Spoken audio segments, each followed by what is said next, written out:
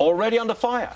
Did Health and Human Services Secretary Kathleen Sebelius just admit she hasn't been thinking about the Obamacare site 24/7?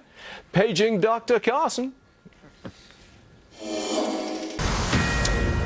After all the site's glitches, Secretary Sebelius tapping Microsoft's Kirk Del Binet to deal with the fixes, deal with them, saying, quote, "The President and I believe strongly in having one person with strong experience and expertise in management and execution who is thinking 24/7 about healthcare.gov." Wasn't that her job? To Dr. Ben Carson on what he makes of all of this. Doctor, shouldn't there have been a professional 24/7 right from the get-go? Of course there should have. You know, it reminds me of many years ago when I was involved with the first set of occipital craniopagus twins. Twins joined at the back of the head. Never before had twins like that been separated with both surviving. So we knew that was going to be very, very tough. We didn't have a lot of experience. Nobody had a lot of experience, but we knew what we needed. And we got, you know, the cardiothoracic surgeons, the plastic surgeons, the critical care people, the nursing experts, even some electricians. We got the right people involved because we knew that it was going to be very complex, and we were able to predict what was going on.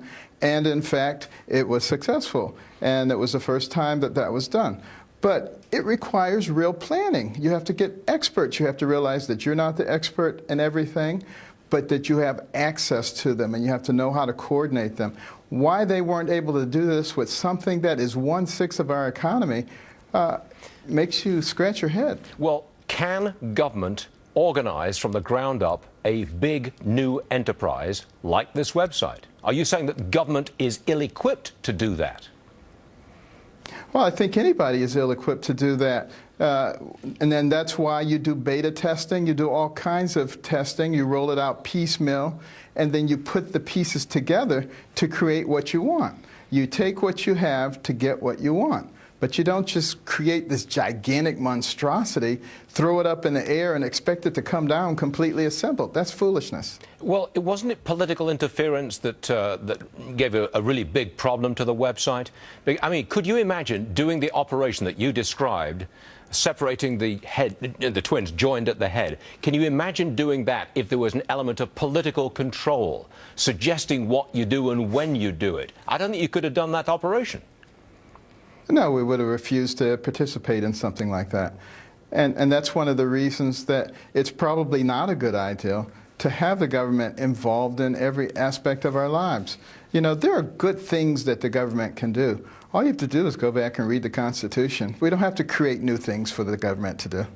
Do you think that this website is fixable? Or better yet, Obamacare as a whole, is it fixable? Well, I certainly believe that the website can be fixed. I know a lot of IT people who have weighed in on this and think it could be fixed relatively easily with the right kind of expertise. Should it be fixed? Can Obamacare be fixed? Well, the premise is that the government knows best. That is like mixing oil and water, because that doesn't work with the American system. Health insurers extending the deadline. You know a thing or two about the medical industry, the medical business. Is that possible? Can they do it? Well, they certainly can, as long as they're playing by the rules that the government keeps reestablishing. What the insurance companies don't realize, however, that this government that they're playing footsies with, if you turn the pages a few pages over, you'll see that they're on the menu. I don't think they quite understand that. That's not the overall plan here. Can you tell me what doctors, generally speaking, doctors, are they in favor of this huge change? If they are, they're hiding from me, because I travel all over the country, talk to a lot of groups, including lots of doctors, and I'm having very great difficulty finding anybody who likes this.